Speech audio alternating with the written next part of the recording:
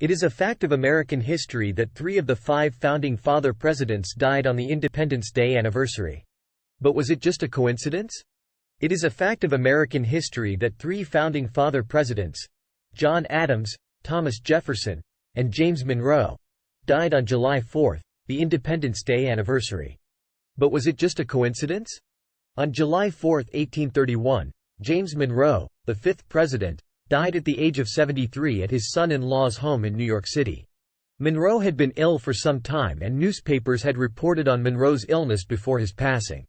Local and national newspapers were also quick to report after Monroe's death that they thought his July 4 passing was a remarkable coincidence, at the least, since Thomas Jefferson and John Adams had both also died on July 4, 1826, the 50th anniversary of the Declaration of Independence.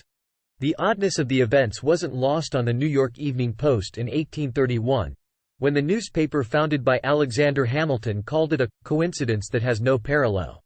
3 of the 4 presidents who have left the scene of their usefulness and glory expired on the anniversary of the national birthday, a day which of all others, had it been permitted them to choose, they would probably had selected for the termination of their careers. The Post reported on July 5, 1831. The New York Commercial Advertiser wrote on July 5, 1831. It would be difficult to find a parallel in history. 3 of them have been called away in a good old age, on the same proud anniversary. And then the Boston Traveler wondered about the coincidence on July 8.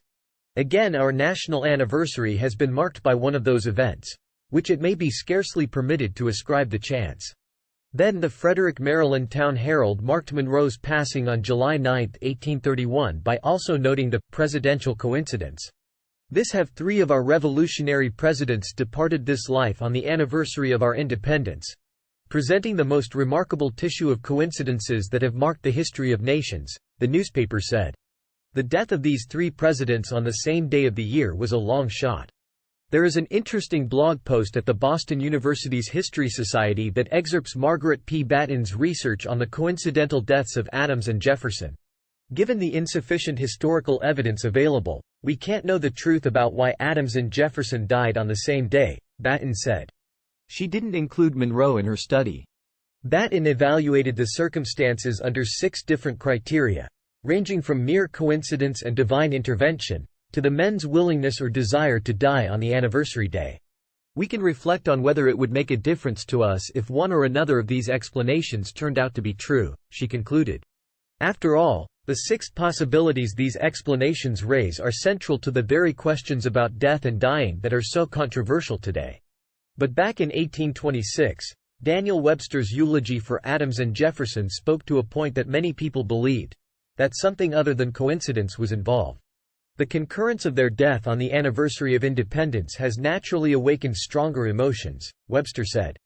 It cannot but seem striking and extraordinary, that these 2 should live to see the 50th year from the date of that act, that they should complete that year, and that then, on the day which had fast linked forever their own fame with their country's glory, the heavens should open to receive them both at once.